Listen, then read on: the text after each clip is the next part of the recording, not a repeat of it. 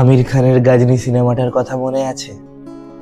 ছোটবেলায় যে সিনেমাটা দেখে আমাদের সকলের চোখেই জল চলে এসেছিল।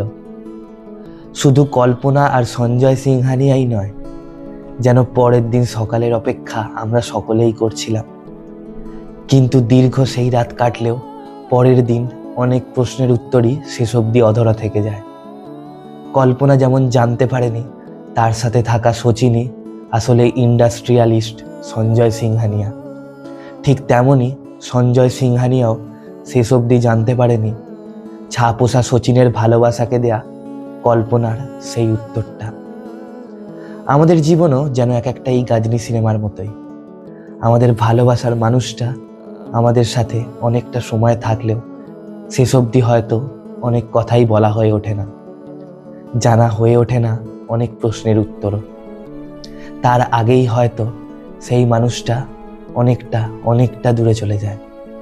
তাই ছোটবেলায় সঞ্জয় সিংহানিয়া আর কল্পনার এই অসমাপ্ত গল্পটা দেখে আমাদের চোখে জল এলেও বাস্তবে এরকমই অসংখ্য অসমাপ্ত গল্প নিয়েই আমরা আমাদের বাদবাকি জীবনটা হাসি মুখেই কাটিয়ে দিই। আর কেউ জিজ্ঞেস করলে সেই প্রশ্নের উত্তরে আমরা বলি আমরা ভালো আছি। হয়তো পৃথিবীতে সৃষ্টিকর্তার এটাই সব থেকে নিষ্ঠুর নিয়ম, এই পৃথিবীতে সকলের গল্পকেই এই রকমভাবে অসম্পূর্ণ রাখা।